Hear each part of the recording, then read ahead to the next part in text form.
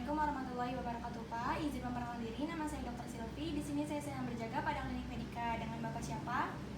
Usianya berapa tahun? Tinggalnya di mana, Pak? Bapak datang ke sini dengan keluhan apa, Pak? Batuk sudah 2 minggu, udah diobatin tapi nggak sembuh. Nah, baik. Bapak di sini saya akan melakukan pemeriksaan fisik terhadap Bapak. Tujuannya nanti untuk mendiagnosis kondisi Bapak saat ini apa ya? Apakah ada yang ditanyakan terlebih dahulu? Tidak. Nah, baik Bapak, di sini juga saya meminta izin kepada Bapak nanti pada saat pemeriksaan bajunya minta tolong untuk dibuka, dan juga di sini saya meminta izin kepada Bapak pada saat pemeriksaan nanti saya akan memegang beberapa bagian dari tubuh Bapak. Apakah Bapak setuju? Apakah ada yang ditanyakan terlebih dahulu, Pak? Nah, baik, jika tidak ada, silakan Bapak menaiki ke meja pemeriksaan, dan juga di sini saya izinkan cuci tangan terlebih dahulu, Pak.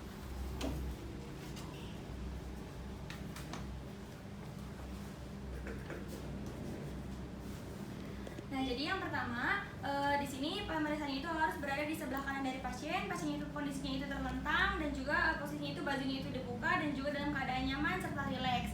Nah, kemudian di sini saya akan melakukan pemeriksaan pada bagian vital saya seperti adanya berat badan, tinggi badan, adanya pulse rate, dan juga respiratory rate-nya itu tadi sudah dilakukan.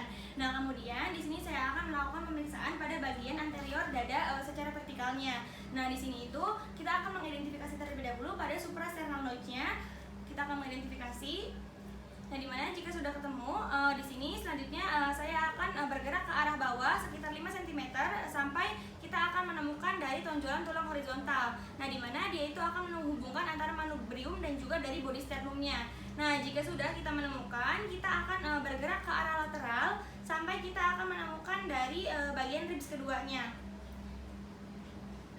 Nah, jika sudah menemukan dari ribs kedua dan juga costal cartilage-nya, di mana dia itu di bawah dari ribs kedua, dia itu merupakan intercostal space keduanya. Nah, kemudian kita akan menentukan dari circumferential dari chest-nya ataupun lingkar dadanya. Jadi yang pertama itu adanya dari mid-sternal line, di mana dia itu merupakan garis vertikal di tengah-tengah dari sternumnya. Kemudian di sini juga adanya dari mid-clavicular line, di mana dia itu merupakan titik potong vertikal dari clavikula. Kemudian di sini juga ada pada bagian anterior dari axillary line. Kemudian di sini juga adanya bagian posterior dari axillary line. Kemudian di tengah-tengah antara anterior dan juga posterior axillary line ini dia itu adanya mid axillary line.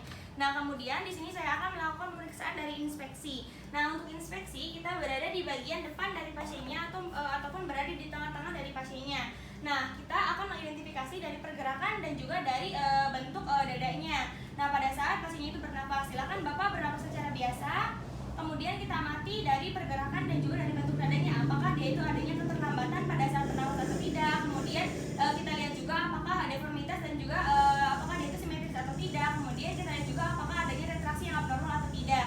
Nah, pada pasien kita itu dia itu untuk bentuk dan juga pergerakannya itu simetris antara kanan dan juga kiri. Nah, selanjutnya di sini kita akan melakukan palpasi. Untuk yang palpasi, di sini kita akan menentukan dari si ibu jarinya itu kita letakkan pada ribs ke-10, dan juga untuk yang jari lainnya kita letakkan pada daerah lateral. Nah, kemudian di sini jika sudah, kita akan menekan ataupun kita akan mengarahkan ke distal, yang nantinya itu kita akan mengangkat dari lipatan kulitnya pada saat pasien itu bernafas. Bapak silakan bernafas, Pak.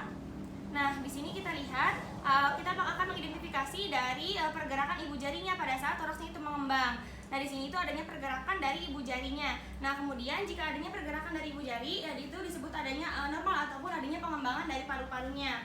Nah, kemudian di sini saya akan memeriksa pada bagian taktil fremitusnya. Untuk taktil fremitus, di sini saya akan menggunakan telapak tangan saya yang nantinya itu kita letakkan pada bagian area yang simetris dari dadanya. Bapak silakan katakan 99.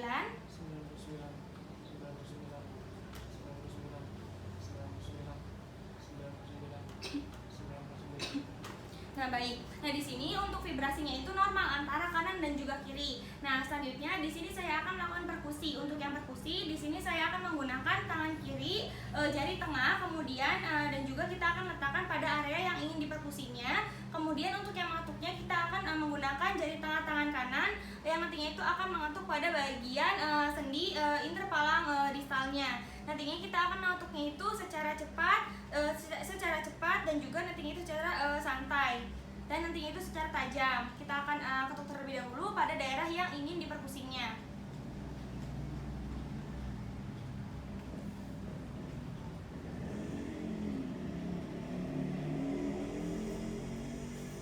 Kita juga harus mengidentifikasi dari suaranya seperti seperti adanya nada, durasi, dan juga intensitasnya. Kemudian kita juga harus tahu dari jenis-jenis suara napasnya seperti adanya flat, adanya dull, dan juga adanya resonansi serta adanya hiperresonansi. Nah, di mana pada pasien kita itu normal atau suaranya itu sonor. Nah, kemudian kita akan melakukan pemeriksaan untuk yang auskultasi. Nah, untuk auskultasi di sini kita akan menggunakan stetoskop untuk mendengarkan dari suaranya.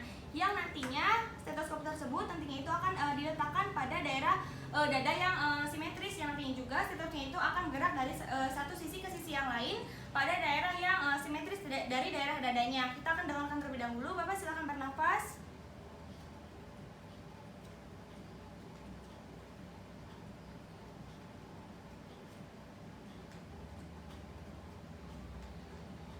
Nah, baik. Nah, di mana di sini juga kita harus mengidentifikasi dari suaranya, dari suara nafasnya itu dia itu adanya intensitas, nada, dan juga suaranya. Kemudian untuk yang suara normal itu sendiri dia itu adanya vesikular, bronkovesikular, dan juga adanya bronchial. Dan juga adanya bunyi suara tambahan seperti adanya ronki, adanya mengi, adanya crackles, dan juga adanya wheezing. Nah, di mana pada pasien kita ini jika ditemukan adanya suara crackles dengan ciri-cirinya itu seperti adanya untuk yang crackles ini dia itu untuk yang durasi dan juga untuk nadanya itu dia itu tinggi dan juga durasinya itu sangat singkat, dan juga untuk yang kenyaringannya itu dia itu halus. Nah, kemudian untuk yang jumlahnya dia itu sedikit. Nah, kemudian di sini juga untuk letak pada bagian dinding dadanya itu pada bagian apex bilateral, dan juga di sini itu untuk yang bagian siklus pernafasannya itu dia itu pada bagian inspirasi dan juga ekspirasi. Nah, pada pasien kita itu ditemukan adanya bunyi crackles yang halus. Nah, kemudian di sini juga pada saat kita menemukan adanya suara seperti adanya ronki dan juga mengi, kita harus menilai dari waktu dan juga lokasinya.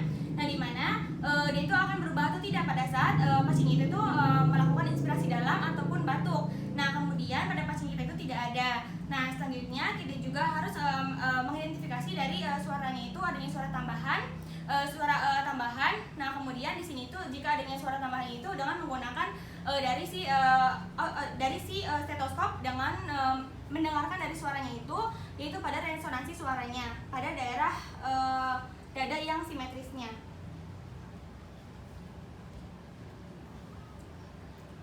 Bapak silakan katakan 77.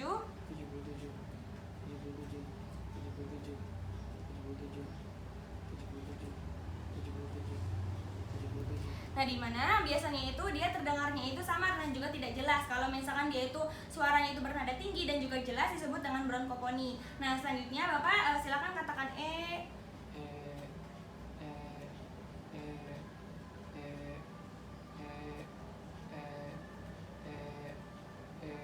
Nah, biasanya terdengar suara E yang panjang dan juga suaranya itu redup, dimana kalau misalkan suaranya itu E-nya itu berganti seperti I ataupun E-nya itu berganti seperti A, dia itu disebut dengan adanya agoponi. Nah, selanjutnya Bapak silakan bisikan angka 77.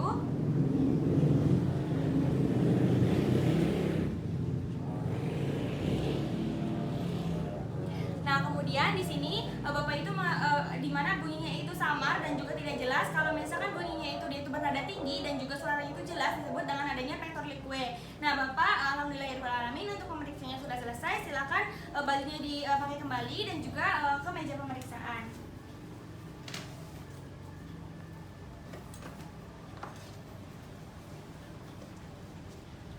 Nah, Bapak setelah melakukan pemeriksaan berdasarkan keluhan yang Bapak alami tadi, batuk ya Pak ya. Di sini setelah melakukan pemeriksaan fisik ditemukan adanya bunyi crackles yang halus Pak pada bagian dadanya.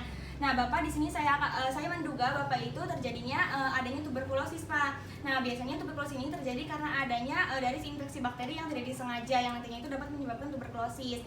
Nah, saya sarankan Bapak ini harus melakukan pemeriksaan lanjutannya Pak ya, berupa